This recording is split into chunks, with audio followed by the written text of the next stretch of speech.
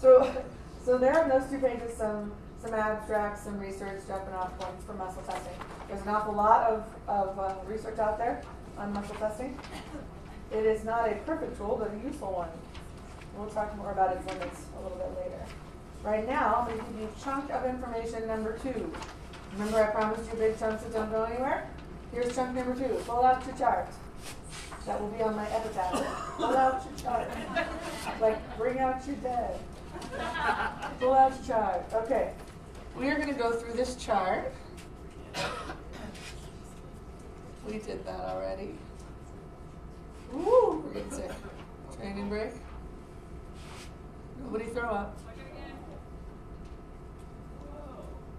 There we go. Look at that beautiful chart. Okay. We're going to go through this. What we're looking for here is just definitions. So I'm just going to go, we're just going to list together. We're going to read through each one. I'm going to camp for a second on the ones that tend to need a little bit more explanation. If I pass one that you don't understand, I don't know the definition of that, raise a hand and we'll go back. So right now we're not looking for how do I use these or when. We're just looking for do I get what that word means. That's all, okay? And follow along with me here on page 25. Page 25 has the written description of the ones that I'm going to camp on. So notice how you have these color columns, and they have a dark section at the top and a lighter section, right? What that is, that's just for a process of elimination. It doesn't mean anything else. So every time that I need to find an emotion, let's say we're working on a trauma at age 13, and I know there are 6 emotions to this trauma stored in different places on the body. When we need to find, okay, out of these 6 emotions, the first one, where is it? Is it in yellow, white, blue, green, red? Okay, that's the thought process, the way it works. So in each column, all of these emotions can be stored anywhere in the yellow meridian points. You could have living through others in the stomach, or you could have disgust up here at the top. My pointer would work. Come on. You could have disgust in spleen, pancreas, right or left. Any emotions here can be anywhere here, but they're not going to cross over into white. So they're going to stay within their color column. So you're not going to have fear over here that's over in a heart meridian. Fear is going to be in kidney or bladder, and so forth. Now the dark versus the light, that's just so that each time I identify which color column I'm in, I can break it down most quickly by just saying top or bottom. So rather than having to start at the top emotion and name each one every time, I can say, is this emotion in top or bottom of blue? And if I get bottom of blue, I can start right there at fear. Okay? So it's just the process of elimination, nothing more. Notice here in red, if I could point, here in red there's 3 columns, 3 sections. You have top, middle, and bottom. That's because in the original NET chart, the red column had quite a few more emotions than the other ones, so they gave it 3 sections. That's not really true anymore, but we trained so many people so many years in top, middle, and bottom, we just left it that way. So when you're in red, you would ask, so this emotion we're looking for is in the top, middle, or bottom of red. Okay. All right, now we're going to go through them one by one, just for definitions at this point. Starting in yellow with disgust, over-responsibility, self-consciousness, obsession, egotism or girl pride, over-sympathy. Then in bottom of yellow, usually the first one we have to stop and talk about is living through others. Living through others is usually parental. It's that kind of pressure that a kid feels from mom or dad to be who mom needs them to be so that mom feels good. So like, it's how my dad made me play fast pitch baseball because he always wished he had made it past the minors, right? So even though I have no interest, he's going to live through my experience of doing that. It's parents who basically hold their whole worth or whole ego by the character or the intelligence or the experience of the children. So living through others is typically parental. It can be through other things like coaches. It can be from grandparents, things like that. But typically it's a parental thing. So when you're a client, if your client were to test for that emotion, that either means that in the trauma you're working on, someone was trying to live through your client, or it might mean your client was trying to live through somebody else. And you would just muscle test which way you're looking at that. Then we have hopelessness, apathy, entitlement, out of control, low self-esteem, worry, and distrust. Just definition-wise, do we need to return to any in yellow? Okay. In white, dogmatic position. Dogmatic position is any kind of real deep rigidity. So any way that you're uncompromising, can't see middle grounds. So it can go in lots of different ways, like legalism religiously. Legalism is dogmatic position. It can be things like your 2-year-old that says mine, mine, mine, mine, mine, right? That's dogmatic position. It can be the child of divorce who refuses to see any fault in one parent and only blames the other one, right? Like any kind of rigid, irrational dogmatism can come up in here. It can be things like demanding, controlling, forceful. Dogmatic position can be your pastor who's preaching hellfire and brimstone, right? So, and there's lots of different ways that dogmatic position can play out depending on your context. Perfectionism, we all know that one. Defensiveness. Defensive in that test can either be defensive figuratively, the way we think of it, like I can never admit I'm wrong, like I have to overcompensate for a weakness, but it also can mean literal defense. Like in the moment of trauma, I felt like I had to self-protect or I would get hit or I would get beaten, or so it can be figurative or literal defense. Obligation and guilt, self-hatred, invalidation, and betrayal. Grief, sadness, yearning. Yearning can be like emptiness or longing or desperation, anything along that line. Confusion, unbelief, anguish, trouble letting go, and loneliness. Good golly, give me a coffee already. I'm going to be swimming in this coffee. Thank you. Best kind of cup, the big one? Yeah. I can already tell. Okay. In any way to return to in light? Yes? Try to define unbelief, how you're using it. Unbelief is usually when it's usually a relationship with God issue. So usually you're going to have a lot of back of the head for feelings toward God, what I think of Him, what I think He thinks of me. So it'll be moments of perceived betrayal in our lives or great loss, things like that. So unbelief is usually going to be about God. Would you say? Do you find unbelief differently, you guys? Yeah. Okay. In blue, paralysis. How many licensed mental health professionals do we have? A good number. Okay. So for those of you that are mental health professionals, paralysis is a place on the chart where the subconscious will indicate your more formal dissociative issues. So your formal DID and all that, that's going to come up under paralysis. Your more normative dissociative stuff will come up under dissociation. So for the rest of the room, for non-mental health professionals, paralysis, the chart that you guys have, does it have a little fine print that says SP part or primary? Is that, okay. We just decided to go ahead and omit that out of the level 1 chart. That is not for level 1, that's for master's work actually. So everybody who's not master trained, you can just ignore that. It just doesn't apply. So paralysis, for those of you that are not mental health professionals, can mean just what it sounds like someone feeling paralyzed in a particular moment of life, unable to make an important choice or decision, unable to make a shift, things like that. It can also mean the kind of acute feeling that happens in a moment of severe trauma where it can feel like time slows down, like shock. Okay, that will also come up around paralysis. Dissociation is like emotional checkout, like going numb, not being able to feel anymore. Then we have timid, incompetent, unworthy, torn like part of me hates you, part of me loves you, abusive father kind of thing. Performance is performance pressure, like the feeling that I have to come through in this moment, it all rides on me. In the bottom of blue, fear and dread. Bad memory is the first one on the chart that isn't an emotion. When bad memory tests, what that means is, it means that the memory itself, like a skipping CD, is running on replay in the guts. So there's a place in the soul that's stuck in the experience of the trauma, replaying it all the time. So when bad memory tests, the person would think about how the memory is in there, stuck on replay, whether they're aware of the memory consciously or not. After bad memory, you've got your first one with a little fine print that does apply to you. So focused on. Notice how underneath focused on it says God, person, enemy.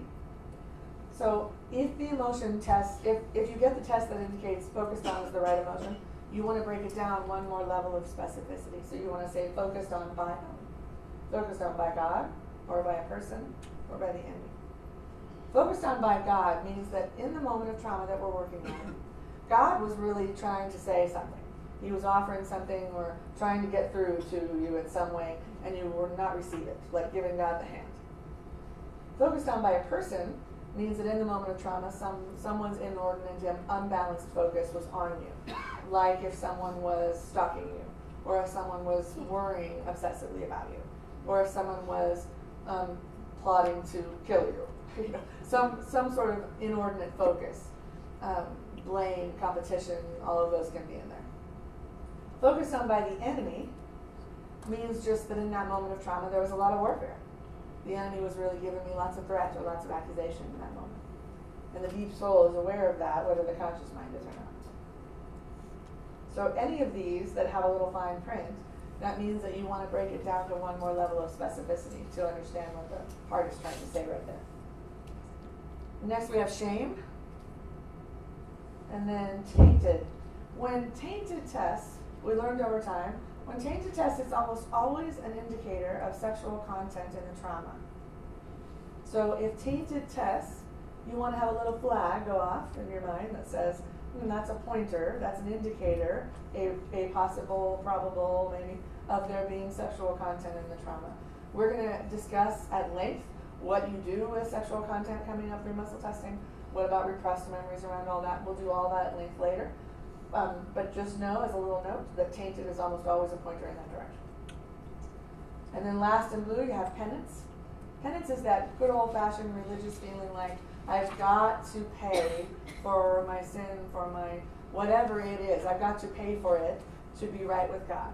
So it's where all of our self-sabotage comes from. It's all the ways that we self-punish. Okay, that's your penance idea. Then in green, we have resentment. Gall. Gall is like old-fashioned offense. So it's an old. In fact, I probably should change it up. Consider changing it just to offense. Gall is like, how dare you? A combination of anger and pride. And then stubborn. Repressed. Repressed what? Repressed emotion, repressed memory, or repressed gift and calling. Repressed emotion would be like myself, for example. It was probably until I was 25. I really thought about myself. If I were to describe myself to you, my strengths and weaknesses, I would have told you until I was about 25 that I just don't resonate with anger. I don't get angry. It's just sort of not my thing. And I really thought that was true until healed a thing or two and up popped some rage I never knew I was hiding. And so that's an example of repressed emotion. Repressed emotion would be things like, yeah, my mom died, but we're all relieved. Okay. So the grief or the pain or the loss being repressed, not admitted. And then repressed memory is just what it sounds like. That there we do have the enemy offers the ability at different moments in life to take a memory and sort of wall it away in a little cubby storage, to hide it off so that I can't get to it. And that would be repressed memory. So if repressed memory tests, let's say you're working on 9-year-old trauma, repressed memories in there. What you would say is you would explain to the client that their heart is saying, whatever happened here at this moment that we're working on is something that they walled away and can't access. So nothing that they think they can recall and bring up to the screen is what you're really working on. You're working on something that's hidden. Yes? You said enemy? Yeah. Yeah. I know.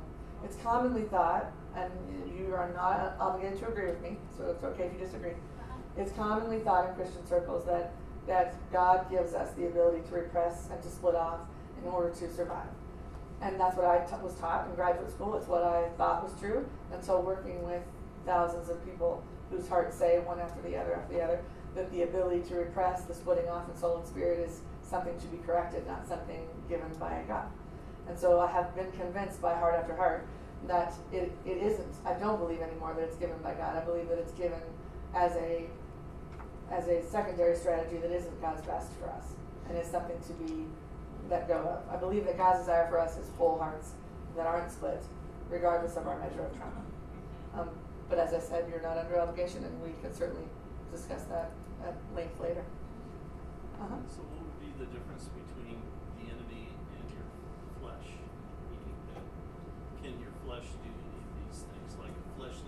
What's a good question? Defense mechanism. Nobody knows exactly. So your question is, could the soul decide to repress something regardless of enemy influence? No one really knows. So I'd say maybe. I don't know. All I know is that later on in advanced training and in masters, where we deal with the whole thorough dissociative integration protocol, okay, where we deal a lot more specifically, more detailed with parts of soul, parts of spirit, authentic as well as demonic parts, and there are such things.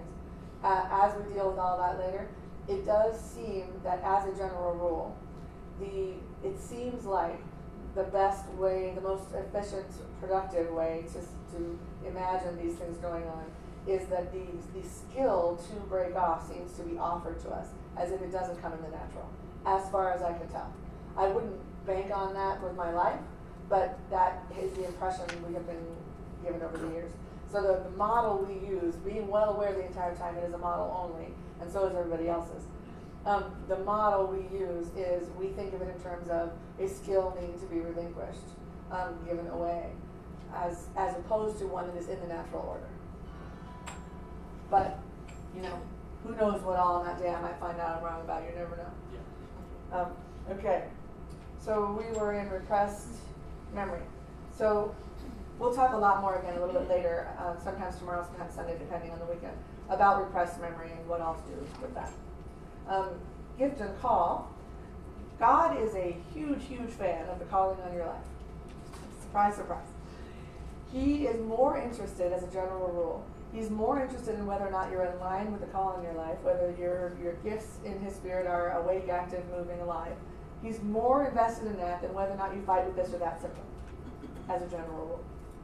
And so because of that, if you use this tool, you're going to find yourself doing a whole lot of calling work, which, again, we'll get to later as well, but calling work looking like helping remove the emotional blocks out of a person's way so that they really can walk into their calling.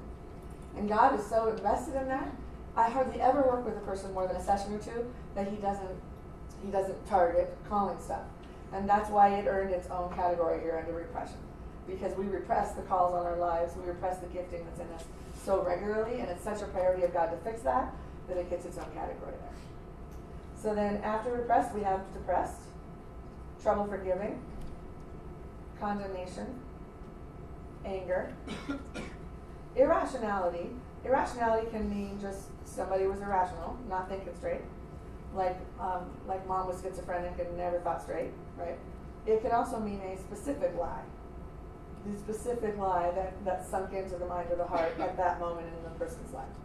And you would just ask with the muscle test which kind of irrational you're talking about. Frustration or sabotage. I find that frustration is where self-sabotage will come up on the emotion chart. And aggression is your last one here that needs a little fine print because the emotion aggression is too broad. A trauma involving competitive aggression, for instance, is a wildly different trauma than a violent aggression trauma, right? So we need to break down what style of aggression are we talking about. These, of course, are not the only styles of aggression. They're just kind of your big six. They'll cover you 90% of the time. There may be a style of aggression in a particular trauma you're working on that isn't listed here, and that's okay. You can check into that. That's fine. But these will cover you most of the time. So sexual aggression, we all understand what that is for the most part. Controlling aggression. Spiritual aggression. Notice how spiritual and enemy are both in there, one on top of the other. Spiritual aggression is from a person. So this is like my preschool teacher is practicing Wicca on the classroom, right? That would be spiritual aggression. That's from a person. This is the congregation being cursed by the angry pastor, okay? This is grandma taking me out in the backwoods on Saturday nights with her friends who would practice stuff on us. Or getting dedicated by grandpa to the Masons. That's all spiritual aggression, right? Whereas enemy aggression is just warfare. So enemy aggression is directly from the demonic, so not from a person. That's what we mean by the difference in those two. And then competitive and violent aggression, also examples. And then the last emotion in green of just good old powerlessness. We need to return to any in green? Y'all are sharp. Okay, red. Lost and vulnerable. Insecurity. Abandoned and forsaken. Love unreturned. On the original NET chart, it was unrequited love, which I thought was really funny. It's a old-fashioned term for romantic love that's not returned. So falling in love with someone who doesn't love you back. And so unreturned love unreturned can be romantic. It can unfortunately also be parental. So if I'm baby in the womb and I'm an accidental pregnancy, I could be loving mom and mom's not loving me, and that would be love unreturned. Can that be extended to like somebody Yes. Yeah. Anybody who's important to you, who you feel like you're loving and they're not loving you back. Yes. Lack of emotion, muddled thoughts and feelings, paranoia, grudging, shutdown. Shutdown is very similar to dissociation over in blue, like checking out, going blank. I tend to find that shutdown is indicating more of the physiology of those things than the pure emotion. So like more the physiology, what happens in the body when the emotions shut down, the change in biochemistry, the change in neural network, the change in the hormone system, you know. I tend to find that shutdown is usually trying to tell me something more about the physical than the emotion. Depleted, deprived, denial, jealousy, and vivid dreaming. Vivid dreaming has a broad use as well. It can mean a lot of different things. It can mean literally that the client has a lot of nightmares around this subject. It can mean that this topic is very present in the dream life, like I dream about this all the time, or it's a recurrent dream, whether nightmare or not. But it also can mean any kind of figurative sense of vision. So like I had a client once who said, all my life I could never imagine ever being older than 21. Or I never could imagine ever being married or ever falling in love. Or any kind of inability to imagine. Or vision things like, I had a client who had eyes had been open to the demonic realm for a period of time. And the torture of that and the trauma of that, the experience of it. Or someone who's had a vision in the heavenlies can have emotion about that, and it can be scary. All of our example of people seeing angels, right? They all hit their face in terror. And the angel always has to say, "Don't be afraid, I will not kill you," right? So all kinds of vision experiences can land here in vivid dreaming. One caveat on this one though, we do find that people get a lot of vivid dreaming testing in level 1 training, not because it's really the emotion you're looking for, but because it's the last one, and something in the conscious mind goes, "It's got to be one of these," and so you end up testing for vivid dreaming when it's really not what's going on. So please know that while vivid dreaming is in here and it's legitimate, it's not something you're going to find every week. It's a fairly rare one that comes up. Okay, so if you're getting a lot of vivid dreaming here this weekend, it's because you were afraid you missed out, and, thought something had to test. Yes. It's kind of going along with vivid dreaming. So like deja vu, where does that fall? Yeah, that would fall into there. Yes, vivid dreaming. Mm-hmm. Yeah, And good example. I never thought about deja vu falling like there. good and bad, because some people. Can deja vu be good or bad? Yeah, like some people, I don't know, just like talking to people, they have good like deja vu's, predictions kind of. You know, I gotta say, I do not have a deja vu theology. I really don't know what all to say about that. It's not something I know a lot about. I haven't really looked into it much. So I'm kind of useless to you on the deja vu topic. But if you were going to work on it, I would think it would come up in vivid dreaming, yeah. Yeah. You have something to say on deja vu? She does, she's looking at you.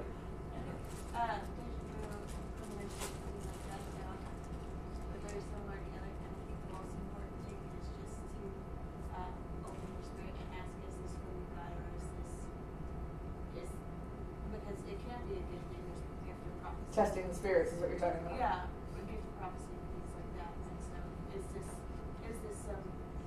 special power, which is a lot about in the book, or is this, is this from God? How should I proceed in that way? Yeah, and along that line, we will go there later. On Sunday, we'll talk a whole lot about powers and how you know where they come from and what you do about it. Okay. So now, some of you are thinking a very wise question. How can a client come in to a SPOGMA session who does not know this chart? Why would their body respond when I say, is this emotion in yellow, white, or blue? When they have no idea what yellow, white, or blue is. The reason that his body will respond, remember how I said about Gert, that his muscle is not responding to what his ear hears me say? His muscle is responding to the frequency of meaning that passes between us. Well, because you just followed me through this chart, you just downloaded this to your subconscious. So all of you have the chart now in your spongia, in your gut. Okay? So when you sit down with another human and you say, the emotion we're looking for, is it in red versus blue? All that you mean by red and blue is what passes between you. And all that emotional content is universal. His soul knows what those emotions mean the same way that yours do. It's the same reason also, by the way, it's the same reason why you can test someone who doesn't speak English. Because if I was working with, let's say you speak German, Michelle's German, and she doesn't know English at all. Angry is the same frequency whether you use the German word or the English word, right? So if I send the idea to her system, is angry the emotion we're looking for? Her heart knows angry no matter what language you call it. And the frequency is the same. So I can test her whether she knows English or not. Now once it comes time for me to explain that she needs to touch here and think a particular thought, then I would need an interpreter to explain to her what to think, right? But for the testing, I don't need her to speak English, which is a remarkable thing. It's also, by the way, how you would work with pre-verbals, how you work with infants and little children, is because while we don't have we can't verbalize something yet, we still can feel angry, and we still understand angry and fear and scared and everything else, even though we don't have language yet. So it's one of the things that's nice about muscle testing. So that's why someone right now can sit down with you and you can ask about a color column and their muscle would respond. Because all of that, you now have the frequency is set, which is pretty even true. Okay, so let's try one, huh? Turn your page. Now, remember how I said we had 3 styles of circuitry plus intention? We have direct access, which is what we're going to learn right now. And then tomorrow morning we'll do the other 2 that go together, the EMDR and the algorithm. The direct access right now, in order to clear an emotion with direct access, you need 3 pieces of information. You need to know what the emotion is, you need to know where it is in the body, and you need the head point. So if I was going to, Alan, come on up and be my guinea pig here. Let's say I'm gonna ask Alan a question on a subconscious level. I'm gonna say, Alan, subconscious, what is your predominant negative emotional reaction to today's class? He has one, trust me. You're all gonna ask each other this in just a second. What's your predominant negative emotional reaction to today's class? The way I'm gonna find that is with the muscle test. I'm gonna start with the color columns. So first I wanna know which column are we in. So this emotion for you, are we in red, green? He's in green. You see the green go? Right? So red gave me a nice strong arm, green reacted. Now I want to know where in green. Are we at the top of green? Bottom of green. Got me so far? Okay. Now in the bottom of green, now I'll narrow it down exactly. So are we anger, irrationality, frustration, aggression, aggression? What type of aggression? Sexual aggression, controlling aggression, spiritual aggression, competitive aggression? Ah. You tend to be competitive?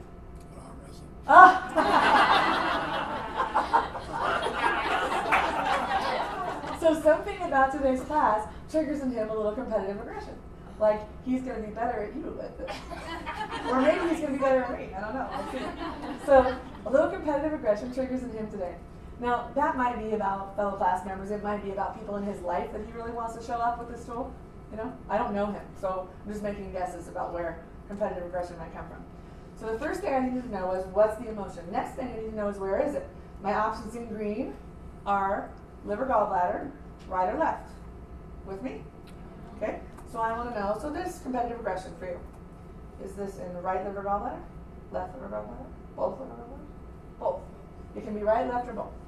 So he's going to use both. And then I need one more piece of information, and that's on your page 26. I want to know the head point. Now the head point for Alan is giving me just a little bit more clarification about what his heart is saying with the emotion. So left temple is for the past. So left temple is telling me the least information. It's just telling me that this emotion was felt sometime in my past. So if we were working on a 4-year-old's trauma, right now we're just doing it right now, but if we were working on a 4-year-old trauma and I got left temple, it means that it's just back then when I was 4. Right temple is for future orientation. Right temple means a projected or anticipated emotion. So if we were working on a 4-year-old trauma and I got right temple, that would mean that when he was 4, he was looking at his future, seeing only such and such emotion from here forward. He's projecting or anticipating that emotion. Is that right temple? My right temple? Your right temple, yes. Your right temple. The forehead means that the particular emotion is continuous for him. So it means he felt it that day at 4, but it feels like he's always felt it. Like he did then, he does now, he always will. Like it's his MO. Okay? So not just I felt that one day, but that's like my way of being in the world, is what forehead is telling me. Okay? Back of the head, if I get back of the head, it's telling me if something spiritual is going on.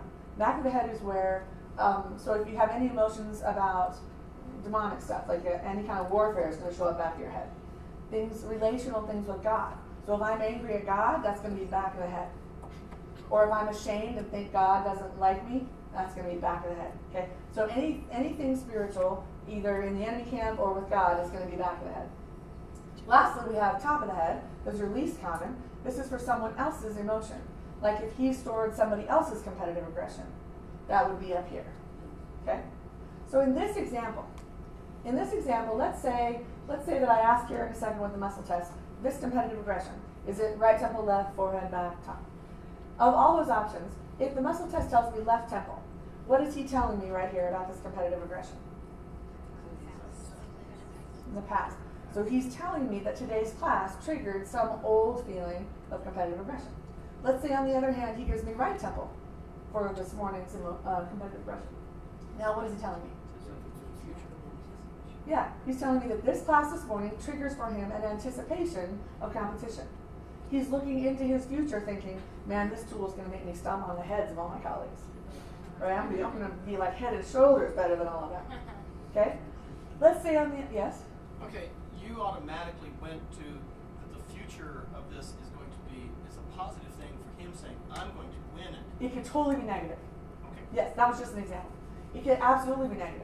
It could be him feeling competitive aggression, like if I try to take this out into my workplace, they're just going to stomp me. Okay. Okay? Thank you. It could be negative. That's a good point. Could be negative, could be positive. Generally, we don't clear positive emotions. Generally, we clear negative emotions. So even if he assumes he's going to win it, it's not in a good way. It's a way that needs to be cleared. It's competitive aggression in an ungodly, imbalanced way. Okay. Yeah. We wouldn't want to clear something healthy. We're clearing something unhealthy. Let's say he gives me forehead competitive aggression. Now what's he telling me? He's telling me competition is my way of being in the world. I have a competitive reaction to this class. I would have a competitive reaction if I was at Disneyland today. Like, it's my way. It's the way I always have been, and now always will be. Does the wife's shaking head mean it's, is Oh, that, the wife is going, it's Like, going I to be need the here. muscle test, just do it. Oh, that's funny. I think the smile was the muscle test. Okay. Now, is his predominant negative emotional reaction to today's class going to be here? No. By definition, that wouldn't make any sense. His predominant emotional reaction couldn't, by definition, be someone else's. Okay? So it's not going to be here. But any of the other places it could be. Now, do you see how the same emotion can mean several different things? So that head point is very helpful to qualify, to narrow down what it is his heart is saying with that particular emotion. So let's see what we got. Your wife thinks it's going to be forehead, but we'll see. Can we see about the head point? For you, is it forehead? No. Is it left temple? Back of the head? Right temple? Right temple. So anticipated or expected competitive aggression. So now that I have my 3 pieces of information, I know what the emotion is, I know where it is in the body, left double liver, gallbladder, and then I know the head point. Now that I have all my information, we can clear the emotion. So the way we clear it is he just connects those dots. So he connects the point where it's stored to the head point. He's going to have right temple, which means I'm going to get my left, so that he can mirror straight across. That make sense? Now he had both livers, so he only has 2 hands. So in this circumstance, he's going to have to get both of his liver points, and I'll lend the hand for the right temple. Okay? Now, once he's ready to clear the emotion, what he needs to connect his dots, which we're doing here, and then I'm going to have to close his eyes. The reason I'm going to have to close his eyes is because if he leaves his eyes open, without him realizing, his eyes are going to pick a quadrant.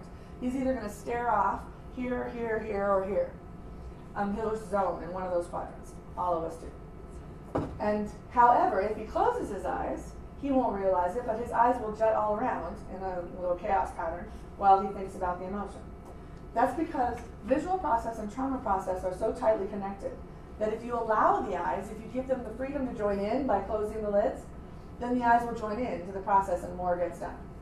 So you want the client to close the eyes, and then you just want him to tune into the emotional content. You want him to think about feeling competitive aggression anticipated, triggered by this morning's class.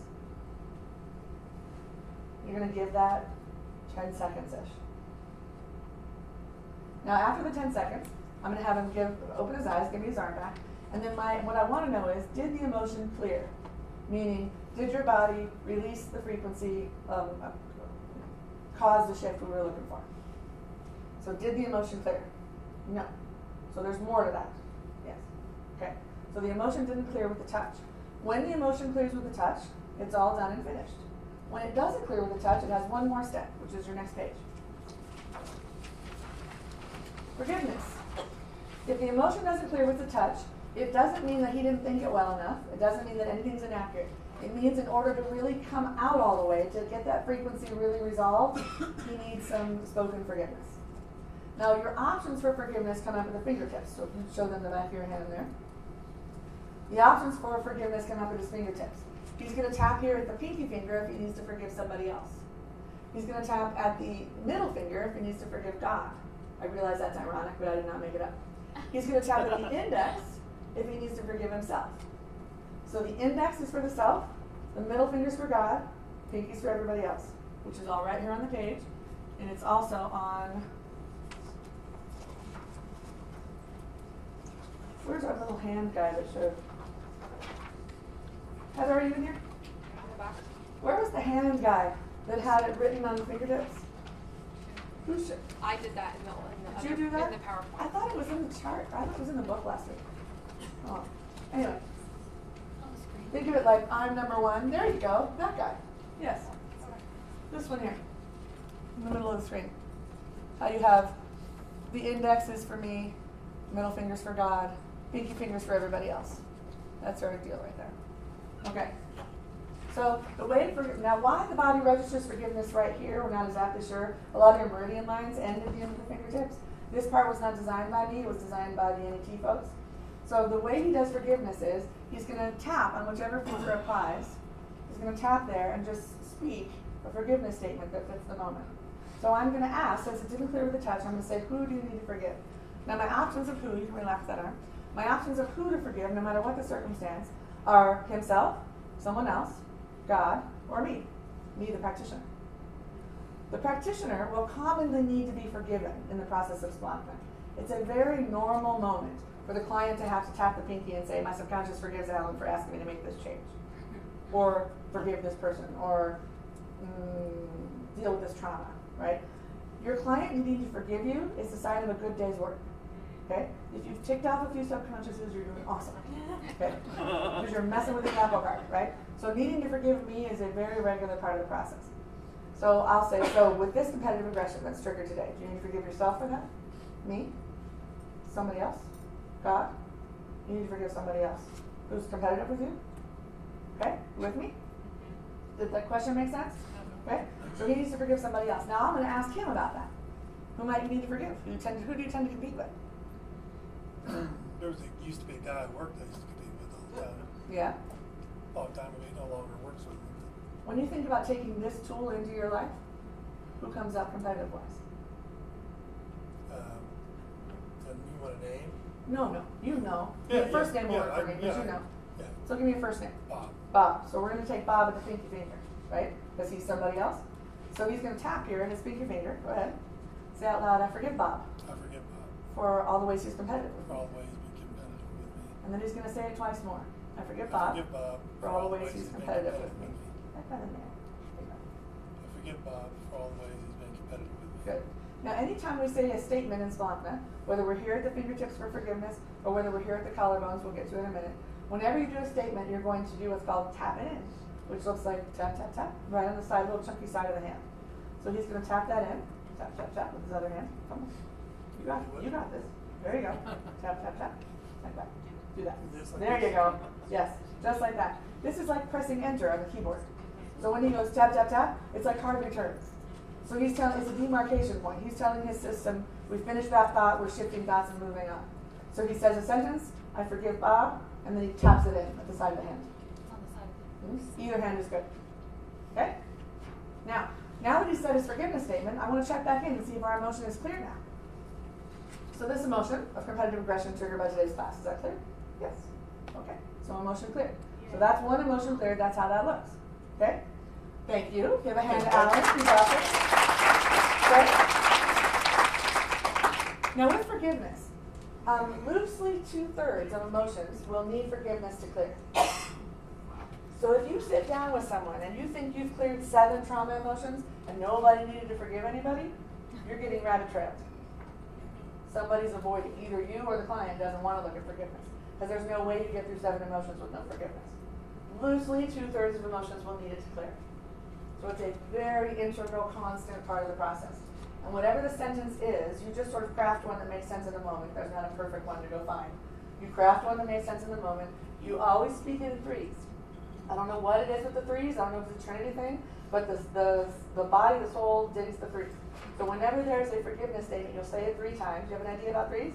Go. It says the truth is established in 2s and 3s. Sweet. In scripture. That's right. Never thought about that scripture applying. That's awesome. Can you give me the reference on that? Yes. Google that for me, baby. Okay. So we will do 3 times with each statement. We'll tap it in, and then we'll check to see if it's clear. Now, the emotion might need just one forgiveness statement, like this one did. He might need to forgive Bob and himself. Maybe he needs to forgive Bob, himself, and me, or any combination thereof. He might need 3 statements. He might need 1. He might need none. He's not going to need 12. Okay, so if you're ending up stuck in forgiveness forever and ever and the emotion won't clear, it's its own form of resistance, which we'll talk about a little bit later. Yes. So forgiving the practitioner is other? Is other, yes, and is a very common part of the process. May your clients need to forgive you daily. Yes. In this process, he wasn't thinking, I forgive this person, he's just repeating it. He's thinking it a little, yeah. Conjure up that feeling like, That's a good question. Forgive someone that doesn't. Right. We don't ever think about the forgiveness statement as being an end-all be-all, as being a huge completed epiphany. We think of it more like a step in that direction. Okay? So when you have somebody who says, because there'll be times when you're doing really deep trauma, where a person will say, but I don't forgive so-and-so, or I won't forgive so-and-so. Right? You have a moment like that happens? Oh yeah. And in that moment, you want to explain, of course you don't forgive them. It's okay. If you did, we wouldn't need to do it. Of course you don't. It's all right. Don't try and feel it for right now. Just go with the words. And the words will help move the heart in the right direction.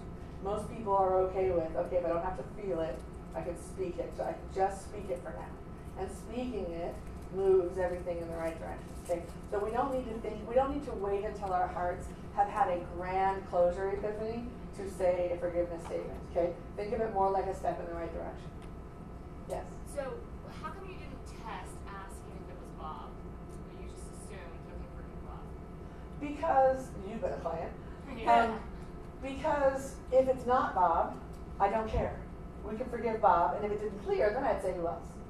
Okay. Right? But since he has a sense of knowing, and we're in a little brief, shallowy practice moment, Okay. I didn't have a reason to be super sure it's Bob. Yeah. Okay. Yeah. What if the person that you need to forgive is the practitioner as well? That happens all the time. Yeah, it's a good thing. So I want my client on a subconscious level to feel disrupted and need to forgive me. No, what if it's like this is my spouse. Oh, and yet oh. the practitioner, but let's say he needs to forgive me. Okay, that's a really cool moment. That's a great moment. That moment looks like, so I'm working on Alan, he's my husband, is what you're saying. Yeah. And okay. So he's working on me and he's my husband and I need to forgive him. That looks like, just like you wish it didn't. It looks like, I forgive you. I forgive you for blah, blah, blah. And then twice more, and it's a really cool moment. But which finger would you? Pinky, Okay. yeah. Somebody else is pinky, so is practitioner, so Okay. Yeah. Same thing. yeah, it doesn't change finger. Yeah. And we'll talk later about marital work, and we'll talk about working with, dual relationship stuff. And so, okay. So are we ready to try one? You can do this. You can. Okay, here's what you're going to do. Move to page 29. Page 29 gives you a little, you got a little mini chart here. So page 29 is a reminder just of the steps to clear one emotion. So first I need to know what color, right? Then I need to know top or bottom of that column, or middle if you've got red. Then I want to know which emotion exactly, then which meridian point, or acupuncture point. Those are interchangeable, by the way. Then I want to know what head point, and then I want to go ahead and apply the tool. After I give that 10 seconds or so, by the way, If it doesn't clear in 10 seconds, it's not clearing in 30. Okay? If it's going to clear with just the touch, it will do it within 10 seconds. Okay? So it's not a matter of more time is a better work. Okay? If it can do it with just a touch, it will be done within 10 seconds. Okay? So after I give that 10 seconds or so, I will check with the muscle test. If the emotion is clear, we're done. If the emotion is not clear, we forgive until it is. So the way we forgive is by starting out with saying, who do you need to forgive? You, somebody else, God, or me. Yes? Will when you did that with him, you said, okay, which person is it that causes the aggression? Yes. So you were focusing on that forgiveness, on that emotion. Yes, on the emotional content. So you're always going to be thinking in the context that you have. Yes. Okay? Uh-huh. On the moment where you say we need to focus on the emotion, like, is it, like, I've done this, and sometimes it's hard for me to even get myself into that emotion. Uh-huh. Is my intent to feel that emotion enough? It depends. Most of the time, yes, not always. So she said, the question was, if I'm the client and I'm supposed to touch here and think this, and I have trouble getting in touch with this, I can't quite get my head around whatever the emotional content was, is my intention to get there enough? It depends. Depends on the person. It depends. There are several different variables in play in that. They're a little past our discussion for level 1, but generally you want to have the client be able to get in touch, and if that takes them a minute, give it a minute. Okay, let's try it. So what you're going to do now is you're going to turn into your pairs where you are. I won't make you switch up quite yet. Turn to your pairs where you are, and I want you to do just what Alan and I just did. So with the muscle test, I want you to ask your partner, what is your predominant negative emotional reaction to this class? And go through and find it and clear. Now wait, let me have your eyes. While you're doing this, the staff and I, we are going to be going around doing a quick little emotional checkup on each one of you. It's something we do every class right at this stage. This is what we do. Each one of you will come up and do it's like a little chiropractic quick check for your heart. We're going to ask these 3 questions of each of your subconscious. One is, are you okay with the muscle testing? We'll get yes or no. Are you okay with being great at this? Yes or no. Are you okay with your own stuff getting accessed? The only way to learn this is on real content because the muscle won't respond to something contrived. So the only way to learn this weekend is to actually meet each other's hearts in real issues. And so for some of us that's more challenging than others. You know? And so those 3 questions, are you okay with the muscle testing? Are you okay being great at this? Are you okay with your own stuff getting accessed? Most people in the room will tweak on at least one of those, if not more. And so whichever one you tweak, we'll tell you which one. And then we're going to do just a quick support motion. So we're going to support either, we're going to say, like, do you need a resistant emotion, a creative emotion, a prayer, a color-one statement. We're going to give you just a quick support measure until we can get you clear, strong on all 3 questions. Okay? So we're not going to go do really deep trauma work, but we're going to do kind of a high-level support work. And we found over the years that doing that for each person in a quick kind of way really helps get over this first day hump of jitters and resistance and feeling incompetent and all of that. Okay? Yeah. So as we go around, no, that's what we're going to come do. We may not do it out loud. It's kind of a quick deal. So as we come around, that's what we're doing. So we wouldn't want you to wonder. There was a question. Were you going to do the clearing as well as far as the reverse? And right before we start that, I need those of you who need to reverse the testing to come on up front and let us pray over you. So yeah, so those of you who need that anointing, come on up front. And the rest of you, dive into your question.